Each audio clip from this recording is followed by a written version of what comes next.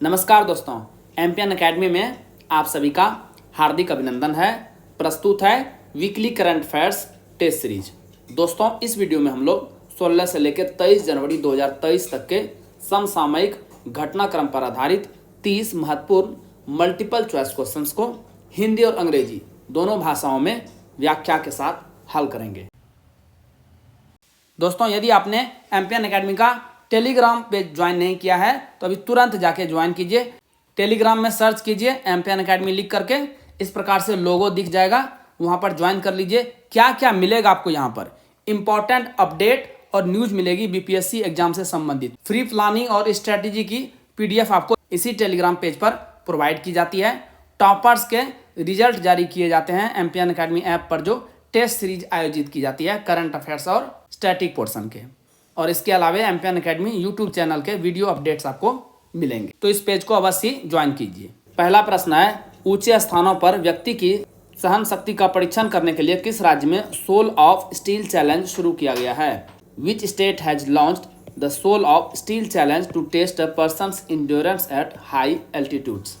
The right answer is option number B, Uttarakhand. 14 जनवरी 2023 को शुरू किए गए इस अभियान का सामान्य क्षेत्र नंदा देवी राष्ट्रीय उद्यान है। यह कॉन्कर लैंड एयर वाटर यानी क्लॉ ग्लोबल की एक पहल है और इसे भारतीय सेना द्वारा समर्थन प्रदान किया जा रहा है। सोल ऑफ स्टील की अवधारणा कौशल समूहों को संयोजित करना और चुनौतियों का निर्माण करना है, जो उच्च ऊंचाई वाले वातावरण में जीवित रहने, अस्थिर होने और बढ़ने की मानव क्षमता को मजबूत करेगा। आकांक्षी जिला स्टार्टअप द्वारा पेश किए गए उन्नत 5G उपयोग के मामलों की ऑन ग्राउंड तैनाती करने वाला भारत का पहला जिला कौन बन गया है? Which district has become the first in India to have on ground deployment of advanced 5G use cases offered by aspirational district startup? The right answer is option number B, Vidisha, Madhya Pradesh. यह अतिरिक्त सचिव दूरसंचार और प्रशासक सार्वभौमिक सेवा दायित्व कोष यानी USOF के मार्गदर्शन में विदिशा जिला प्रशासन और दूरसंचार विकास केंद्र यानी C. दूरसंचार विभाग की एक संयुक्त पहल है। भारत का पहला संविधान साक्षर जिला कौन बन गया है? Which has become the first constitution literate district of India? The right answer is option number C, Kollam. इसकी घोषणा 15 जनवरी को केरल के मुख्यमंत्री पिनाराई विजयन ने कोल्लम में वित्त मंत्री KN बालगोपाल की अध्यक्षता में एक समारोह में की। यह उपलब्धि देश के कानूनों और नागरिकों के अधिकारों के बारे में जागरूकता पैदा करने के लिए कोल्लम जिला पंचायत, जिला योजना समिति और केरल स्थानीय प्रशासन संस्थान द्वारा संयुक्त रूप से पेश किए गए 7 महीने लंबे संविधान साक्षरता अभियान का परिणाम है। इस अभियान के माध्यम से 10 वर्ष से अधिक आयु की पूरी आबादी को संविधान के बारे में बताया गया है। विश्व आर्थिक मंच की 53वीं बैठक की थीम क्या थी? What was the theme of the 53rd meeting of the world economic forum? The right answer is option number B, cooperation in a fragmented world यानी एक खंडित दुनिया में सहयोग। इस बैठक का आयोजन 16 से 20 जनवरी तक स्विट्जरलैंड के दावोस में किया गया। बैठक की शुरुआत क्रिस्टल पुरस्कार समारोह से हुई। यह पुरस्कार कलाकार माया लिन, अमेरिकी थिएटर कलाकार रेनी फ्लेमिंग, अभिनेता इदरिस अल्बा और सबरीना धोवरे अल्बा को दिया गया। 5 दिनों की बहस में यूक्रेन युद्ध, ऊर्जा और खाद्य संकट, जलवायु संकट, वैश्वीकरण, मुद्रास्फीति, वैश्विक अर्थव्यवस्था, आपूर्ति श्रृंखला संकट और साइबर सुरक्षा जैसे विषय प्रमुख थे। भारत के पहले राष्ट्रीय मूल्यांकन नियामक परख को किस संस्था द्वारा अधिसूचित किया गया है? Which organization has notified India's first national appraisal regulatory authority Parakh? The right answer is option number D, NCERT। Parakh का फुल फॉर्म है performance assessment review and analysis of knowledge for holistic development, यानी प्रदर्शन मूल्यांकन, समीक्षा एवं समग्र विकास के लिए ज्ञान का विश्लेषण। इसको राष्ट्रीय शिक्षा नीति न्यू एजुकेशन पॉलिसी 2020 के कार्यान्वयन के भाग के रूप में लॉन्च किया गया है, जिसमें नए मूल्यांकन पैटर्न और नवीनतम शोध के बारे में स्कूल बोर्डों को सलाह देने और उनके बीच सहयोग को बढ़ावा देने के लिए एक मानक निर्धारण निकाय की परिकल्पना की गई है। जिन स्टूडेंट्स को 69वीं बीपीएससी प्रीलिम्स एग्जाम के लिए करंट अफेयर्स का PDF चाहिए, उसके बारे में जानकारी यहाँ पर दी जा रही है। लेकिन आइए सबसे पहले यह जानते हैं कि एमपीएन एकेडमी का PDF ही क्यों? क्योंकि दोस्तों हमने करके दिखाया है। आइए पिछले 4 साल और 5 एग्जाम्स की परफॉर्मेंस आपको दिखाते हैं। 66वीं बीपीएससी प्रीलिम्स का एग्जाम 2020 में हुआ था। कुल प्रश्न एमपीएन एकेडमी पीडीएफ से टैली हुआ है 36। बिहार एसआई प्रारंभिक परीक्षा 2021, क्योंकि 2021 में बीपीएससी का कोई एग्जाम हुआ ही नहीं कोविड के कारण से, तो जो सेकेंड बेस्ट एग्जाम हुआ है वो हमने लिया है। उसमें शिफ्ट 1 और शिफ्ट 2 दोनों मिला करके 31 प्रश्न टैली हुए हैं। 67वीं बीपीएससी प्रारंभिक परीक्षा 2022 में एक बार तो कैंसिल हो गया था और फिर उसके बाद री एग्जाम हुआ, दोनों मिला करके 59 प्रश्न टैली हुए हैं। बीपीएससी सीडीपीओ प्रारंभिक परीक्षा 2022 में ही 30 प्रश्न टैली हुआ है एमपीएन एकेडमी पीडीएफ से। और अभी हाल ही में 68वीं बीपीएससी प्रारंभिक परीक्षा 2023 में हुआ है और इस बार के प्रश्न बहुत ही हार्ड थे। यहाँ भी प्रश्न टैली हुआ है 23। तो दोस्तों आपने देखा 4 साल 5 exams, consistency at its best. MPN academy दोस्तों कंसिस्टेंसी के लिए जाना जाता है। कुल मिला करके MPN academy current affairs PDF से इन 5 एग्जाम्स में 217 प्रश्न पूछे गए थे करंट अफेयर्स से संबंधित और 179 क्वेश्चंस टैली हुआ है एमपीएन एकेडमी पीडीएफ से। तो परफॉर्मेंस क्या रहा 82.49% and that is MPN academy for you. दोस्तों इन सभी एग्जाम्स में पूछे गए करंट अफेयर्स जो कि एमपीएन एकेडमी से टैली हुए हैं, इस सभी की वीडियो आपको इस यूट्यूब चैनल पर मिल जाएगी और हमारे एमपीएन एकेडमी के टेलीग्राम पेज पर भी वीडियो का लिंक आपको मिल जाएगा। आपको इन सभी वीडियोस को देखना चाहिए क्योंकि इससे आपको पता चलेगा कि किस प्रकार से प्रश्न बीपीएससी प्रीलिम्स एग्जाम्स में पूछे जाते हैं और एमपीएन एकेडमी का इस्तेमाल आप लोग इसे क्रैक करने में कैसे कर सकते हैं। आइए अब बात करते हैं कि 69वीं BPSC prelims exam current affairs PDF जो एमपीएन एकेडमी द्वारा जारी की जाती है क्या क्या आपको मिलेगा और किस प्रकार से आप साल भर के करंट अफेयर्स को सिस्टमेटिक तरीके से केवल 18 घंटे में रिवाइज कर सकते हैं एक बार। सबसे पहला टाइप जो कंटेंट मिलेगा वो मिलेगा वीकली करंट एमसीक्यूज नेशनल और इंटरनेशनल। साल भर में कुल 50 पीडीएफ के लगभग रहेंगे। इसमें बजट और इकोनॉमिक सर्वे भी इंक्लूड रहेगा। एक पीडीएफ को रिवाइज करने में 6 मिनट का समय लगेगा, तो 300 मिनट यानी 5 घंटे में आप साल भर के वीकली करंट एमसीक्यूज को एक बार रिवाइज कर सकते हैं। सेकेंड टाइप का कंटेंट है monthly current affairs short notes national और इंटरनेशनल का 12 महीने का 12 पीडीएफ। एक पीडीएफ को रिवाइज करने में आपको 30 मिनट का समय लगेगा, तो कुल 6 घंटे में इसे भी आप साल भर के कंटेंट को समाप्त कर सकते हैं। बिहार मंथली करंट अफेयर्स, इसकी आपको एमसीक्यूज और शॉर्ट नोट्स दोनों एक ही पीडीएफ में अवेलेबल कराई गई है। 14 पीडीएफ रहेगा, 12 महीने का 12 पीडीएफ, उसके बाद इकोनॉमिक सर्वे और बजट। एक पीडीएफ को रिवाइज करने में लगभग 30 मिनट का समय लगेगा, तो कुल 7 घंटे में इसे भी आप समाप्त कर लेंगे। इसके अलावा आपको golden current affairs app based revision test series भी प्रोवाइड किया जा रहा है। इससे आप अपना खुद का इवेल्युएशन यानी मूल्यांकन कर सकते हैं कि आपकी तैयारी कैसी चल रही है। दोस्तों करंट अफेयर्स में तो एमपीएन एकेडमी का कोई जोड़ ही नहीं है मार्केट में। MPN is champion in current affairs. इसके अलावा दोस्तों हमने diamond static GK test series launch किया हुआ है। इसमें आपको अल्ट्रा इंपॉर्टेंट 3000 एमसीक्यूज मिलेंगे विद एक्सप्लेनेशन और जो पूरा टेस्ट सीरीज है वो 25 भाग में डिवाइडेड है, यानी 25 सेट मिलेंगे आपको और एक सेट में 120 प्रश्न रहेंगे। हिस्ट्री से 30 प्रश्न, साइंस से 30 प्रश्न एक सेट में, बिहार से 20 प्रश्न, इकोनॉमी से 10 प्रश्न, पॉलिटी से 10 प्रश्न, ज्योग्राफी से 10 प्रश्न और मैथ और रीजनिंग के भी 10 प्रश्न आपको मिलेंगे। मैथ और रीजनिंग को छोड़ करके आपको सभी का एक्सप्लेनेशन मिल जाएगा। और पिछले साल की परफॉर्मेंस इसमें भी शानदार रही है। 25 सेट हैं दोस्तों और 24 प्रश्न टैली हुआ है, यानी हर एक टेस्ट से लगभग एक प्रश्न टैली हुआ है और एक टेस्ट को सॉल्व करने के लिए आपको 90 मिनट्स का समय दिया जाता है। आप टेस्ट को सॉल्व कीजिए और रिजल्ट तुरंत आप चेक कर सकते हैं कि आपका कितना मार्क्स आया है। दोस्तों ये पीडीएफ और टेस्ट सीरीज आपको मिलेगा कैसे? यदि आपने एमपीएन एकेडमी ऐप डाउनलोड नहीं किया है, टाइप कीजिए एमपीएन एकेडमी और इस प्रकार से एमपीएन एकेडमी का ऐप है उसे इंस्टॉल कीजिए। ओटीपी के साथ आप लॉगिन कर लेंगे। उसके बाद स्टोर सेक्शन में वहाँ पे चले जाइए, आपको कोर्सेस मिल जाएंगे। 69वीं BPSC current affairs PDF course और diamond static GK test series, 2 प्रकार के कोर्सेस मिलेंगे अलग अलग हिंदी और इंग्लिश लैंग्वेज में। आप जिस लैंग्वेज में ऑप्ट करना चाहते हैं उसे सेलेक्ट कीजिए।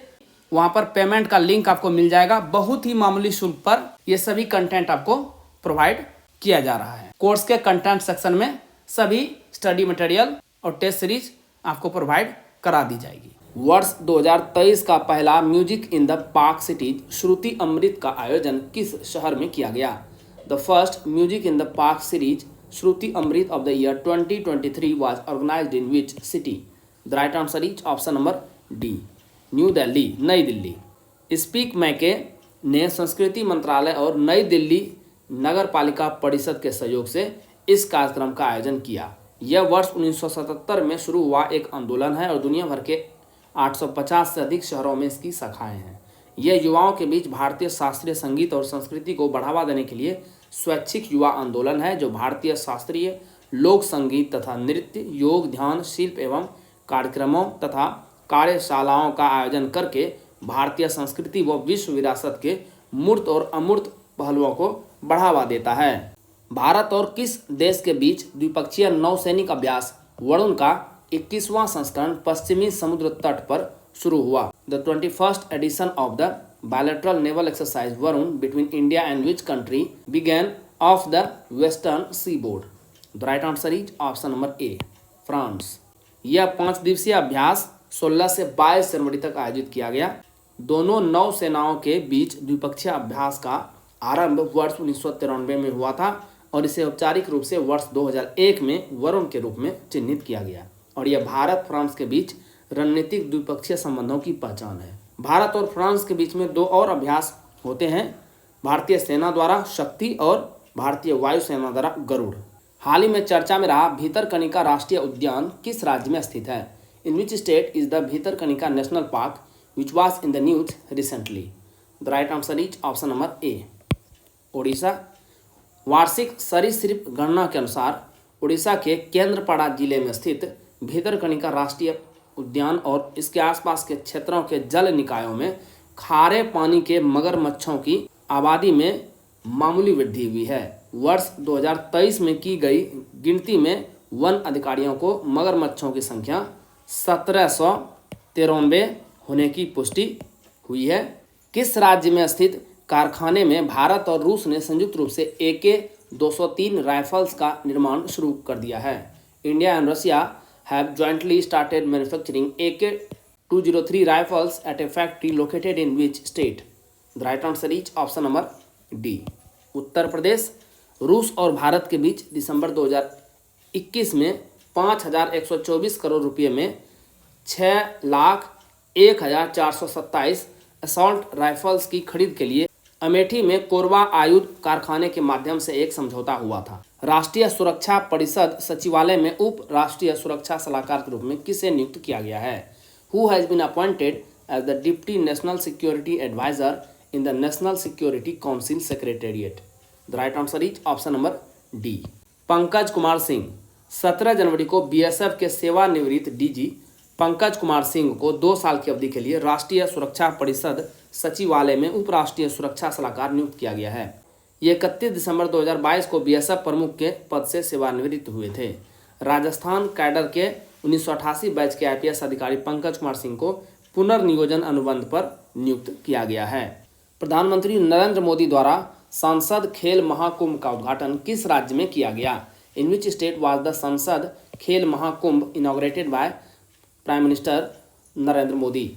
The right answer is option number C, Uttar Pradesh. Sansad Khel Mahakumbh का आयोजन बस्ती जिले के सांसद हरीश द्विवेदी द्वारा 2021 से किया जा रहा है। संसद खेल महाकुंभ 2022-23 का आयोजन 2 चरणों में किया गया। प्रथम चरण का आयोजन 10 से 16 दिसंबर 2022 तथा द्वितीय चरण 18 से 28 जनवरी 2023 तक आयोजित किया गया। खेल महाकुंभ में कबड्डी, खो खो, बास्केटबॉल, फुटबॉल, कुश्ती, हॉकी, हैंडबॉल, वॉलीबॉल, शतरंज, कैरम, बैडमिंटन, टेबल टेनिस आदि इंडोर तथा आउटडोर खेलों में विविध प्रतियोगिताओं का आयोजन किया जाता है। क्षेत्रफल की दृष्टि से भारत का सबसे बड़ा बाघ अभयारण्य कौन है? Which is the largest tiger reserve in India in terms of area? The right answer is option number D, Nagarjuna Sagar Srisailam tiger reserve. 1992 में इसका नाम बदलकर राजीव गांधी वन्य जीव अभयारण्य कर दिया गया था। यह टाइगर रिजर्व आंध्र प्रदेश और तेलंगाना में 5 जिलों में विस्तृत है। इस क्षेत्र में ज़्यादातर नल्लामाला पहाड़ियाँ हैं। कृष्णा नदी इस रिजर्व के बेसिन को विभाजित करती है। अभी न्यूज़ में क्यों है? हाल ही में एक बड़ी उल्लू प्रजाति स्पॉट वेलिड ईगल आउल को शेषाचलम वन में पहली बार तथा आंध्र प्रदेश में तीसरी बार देखा गया। इससे पहले 2 बार नागार्जुन सागर श्रीशैलम टाइगर रिजर्व में देखा गया था। इसे फॉरेस्ट ईगल आउल के रूप में भी जाना जाता है। कांगेर घाटी राष्ट्रीय उद्यान किस राज्य में स्थित है? Kanger Ghati national park is located in which state? The right answer is option number C, Chhattisgarh. Chhattisgarh के बस्तर में कांगेर घाटी राष्ट्रीय उद्यान में पराली बोडल गांव में केले के बागान में एक दुर्लभ नारंगी रंग का चमगादड़ देखा गया, जिसे पेंडेंट बैट के नाम से भी जाना जाता है। भारत में यह पश्चिमी घाट, केरल, महाराष्ट्र एवं उड़ीसा और अब छत्तीसगढ़ में देखा जा चुका है। इस प्रजाति के चमगादड़ की काले और नारंगी रंग के पंख एवं उंगलियां होती है, जैसा कि तस्वीर में आप देख सकते हैं। ये अक्सर असामान्य रोस्टिंग साइट्स जैसे बुनकर फिंच और सनबर्ड्स केले के पत्तों के घोंसले बनाते हैं। इन चमगादड़ों को जोड़े में बसेरा के लिए जाना जाता है। किस राज्य के पश्चिमी घाट में एक दुर्लभ कम ऊंचाई वाले बेसाल्ट पठार की खोज की गई है? Rare low altitude basalt plateau has been discovered in the Western Ghats of which state? The right answer is option number D, Maharashtra.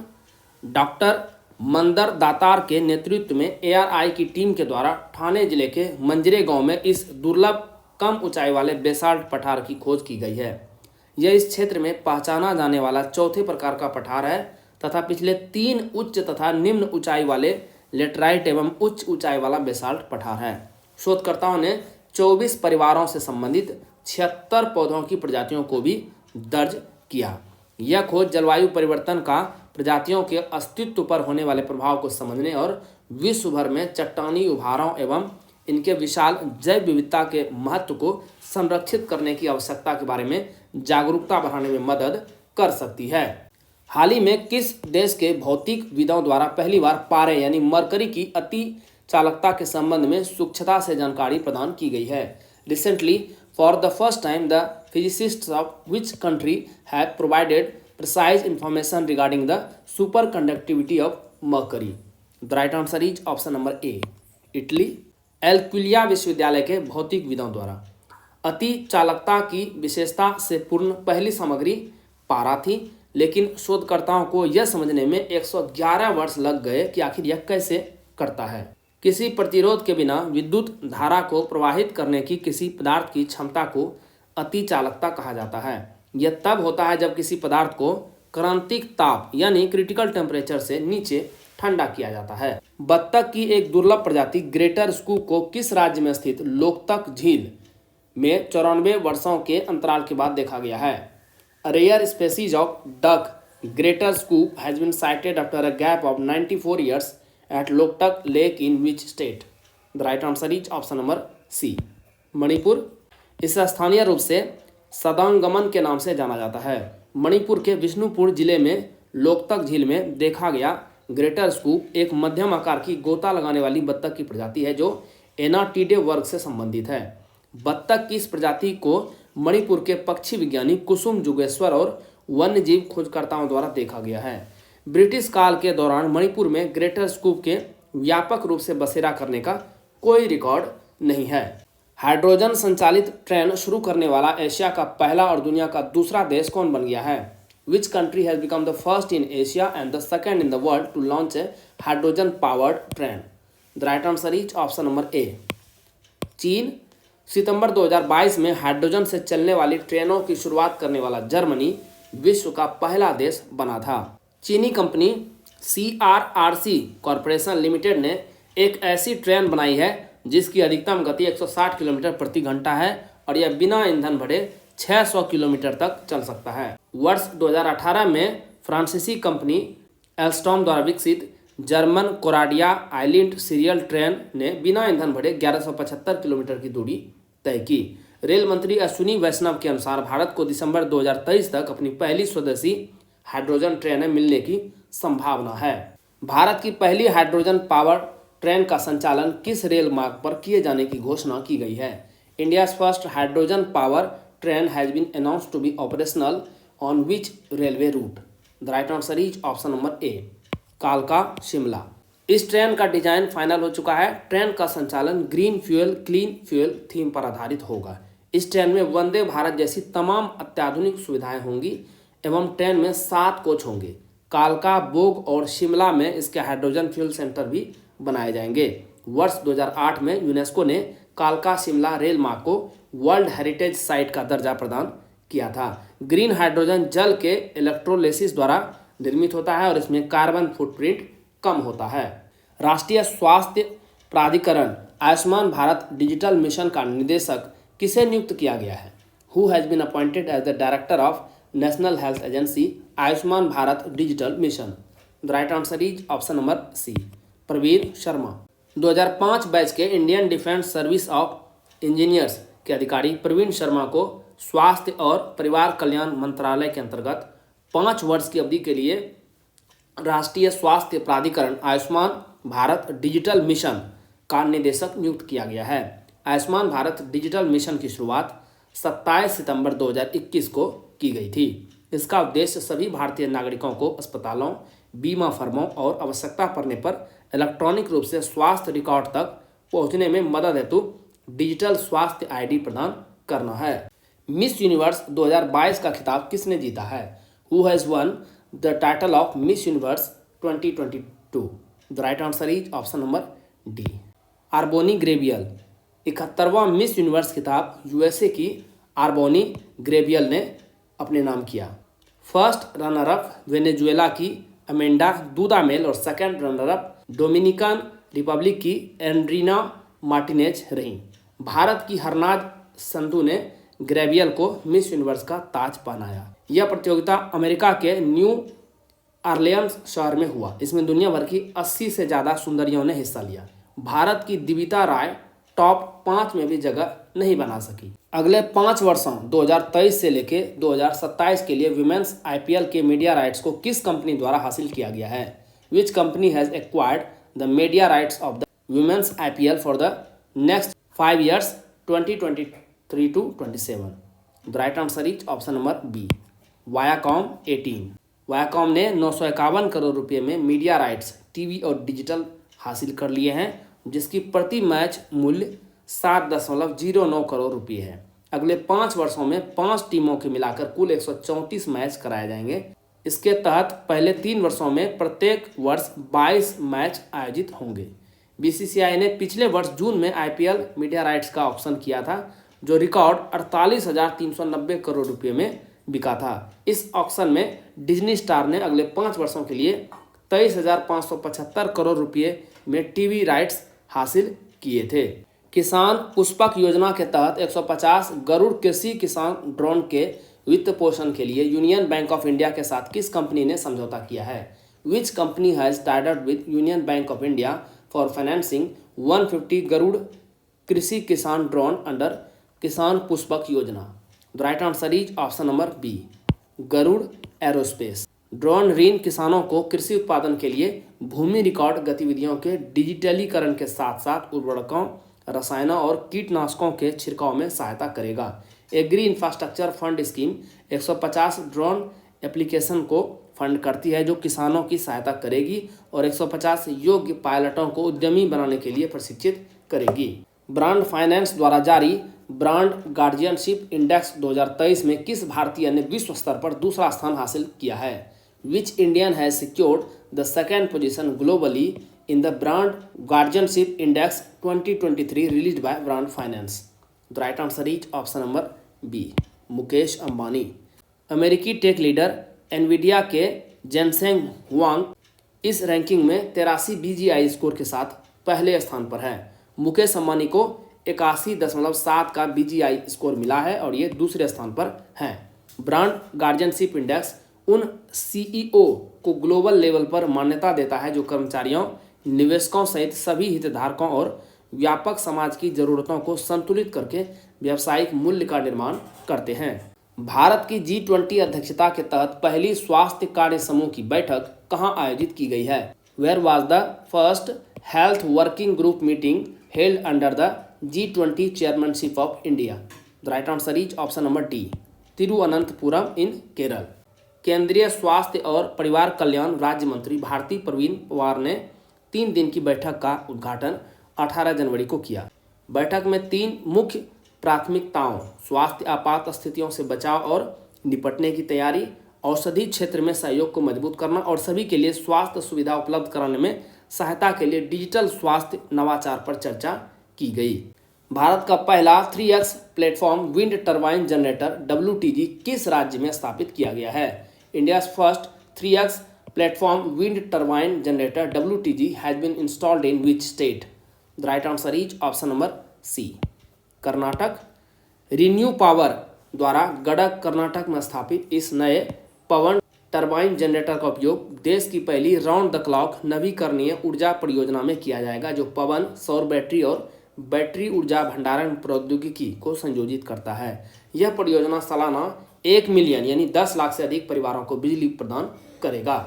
भारतीय नौसेना ने 23 जनवरी को 5वीं कलावरी श्रेणी की किस पनडुब्बी को कमीशन किया? Which submarine of the 5th Kalvari class was commissioned by the Indian Navy on January 23rd? The right answer is option number A, Vagir. नौसेना स्टाफ के प्रमुख एडमिरल आर हरि कुमार मुंबई में नौसेना डॉकयार्ड में आयोजित इस समारोह के दौरान मुख्य अतिथि थे। मुंबई के Mazagon dock ship builders limited ने messrs naval group of France के साथ मिलकर पनडुब्बी का निर्माण किया है। प्रोजेक्ट 75 के तहत कलवरी श्रेणी की 6 सबमरीन का निर्माण किया जा रहा है। INS वागीर समुद्र की सतह पर एक बार में 12,000 किलोमीटर की दूरी तय कर सकती है। यह समुद्र के भीतर 1,000 किलोमीटर तक का सफर तय कर सकती है। यह 350 मीटर की गहराई तक जा सकती है और लगातार 50 दिन तक समुद्र के भीतर रहने में यह सक्षम है। नागर विमानन महानिदेशालय DGCA के नए डायरेक्टर जनरल DG के रूप में किसे नियुक्त किया गया है? Who has been appointed as the new Director General DG of the Directorate General of Civil Aviation DGCA? The right answer is option number C, Vikram देव दत्त। विक्रम देव दत्त वर्तमान में air India assets holding limited के CMD के रूप में कार्यरत हैं। दत्त 28 फरवरी 2023 को DGCA के डायरेक्टर जनरल अरुण कुमार के रिटायर होने के बाद पदभार ग्रहण करेंगे। विक्रम देव दत्त AGMUT यानी अरुणाचल प्रदेश, गोवा, मिजोरम और केंद्र शासित प्रदेश कैडर के 1993 बैच के IAS अधिकारी हैं। DGCA नागरिक उड्डयन के लिए भारत में मुख्य नियामक निकाय है, ध्यान में रखिएगा। संयुक्त राष्ट्र विकास कार्यक्रम UNDP ने किस FMCG कंपनी के साथ मिलकर एक समावेशी सर्कुलर इकोनॉमी प्रोजेक्ट शुरू करने की घोषणा की है? United Nations Development Programme UNDP has announced to launch an inclusive circular economy project in collaboration with which FMCG company? The right answer is option number D, Hindustan Unilever. इसके तहत अपशिष्ट के पृथक्करण को बढ़ावा देकर प्लास्टिक अपशिष्ट के एंड टू एंड प्रबंधन पर ध्यान केंद्रित करना है। इसके लिए सामग्री पुनर्प्राप्ति सुविधाएं यानी मटेरियल रिकवरी फैसिलिटीज भी शुरू की जाएगी। भारत में इस पैमाने पर सफाई साथियों के सामाजिक समावेश को बढ़ावा देने के लिए यह साझेदारी अपनी तरह का पहला प्रयास है। भारत की G20 अध्यक्षता के तहत बिजनेस 20 यानी B20 की पहली बैठक का आयोजन 23 जनवरी को किस शहर में किया गया? Under India's G20 chairmanship, the first meeting of the Business 20 B20 was held in which city on January 23rd? The right answer is option number C, Gandhinagar. Gandhinagar Gujarat में आयोजित इस बैठक में केंद्रीय मंत्री पीयूष गोयल और अश्विनी वैष्णव, मुख्यमंत्री भूपेंद्र पटेल, G20 के लिए भारत के शेरपा अमिताभ कांत, टाटा सन्स के अध्यक्ष N चंद्रशेखरन और कई राष्ट्रीय और अंतर्राष्ट्रीय व्यापार अधिकारी शामिल हुए। इस बैठक में पब्लिक प्राइवेट पार्टनरशिप मॉडल को सफल बनाने के प्रयासों पर जोर दिया गया। दोस्तों, जैसा कि बताया गया है, इस वीडियो लेक्चर का PDF अंग्रेजी और हिंदी दोनों भाषाओं में अलग अलग एम्पियन एकेडमी ऐप पर प्राप्त कर सकते हैं। दोस्तों, इन PDF के सारे आप इस वीडियो लेक्चर को आसानी से 5 से 6 मिनट में रिवाइज कर पाएंगे, जिससे आपका बहुत सारा समय बचेगा, जिसे आप स्टैटिक पोर्शन पर लगा सकते हैं। This is very very important. दोस्तों, एम्पियन एकेडमी ऐप का लिंक आपको इस वीडियो के डिस्क्रिप्शन बॉक्स और पिन कमेंट सेक्शन में भी मिल जाएगा। चलिए अंतिम प्रश्न को हल करते हैं। 28वें क्रिटिक्स चॉइस अवार्ड्स में बेस्ट फॉरेन लैंग्वेज फिल्म के अवार्ड से किसे सम्मानित किया गया? Who was honoured with the best foreign language film award at the 28th Critics Choice Awards? The right answer is option number B, RRR। साथ ही film के चर्चित सॉन्ग नाटू नाटू को बेस्ट सॉन्ग का अवार्ड मिला है। 28वें क्रिटिक्स चॉइस अवार्ड्स का आयोजन Los Angeles America में किया गया। RRR को बेस्ट डायरेक्टर, बेस्ट पिक्चर और बेस्ट विजुअल इफेक्ट्स के लिए भी नॉमिनेट किया गया था।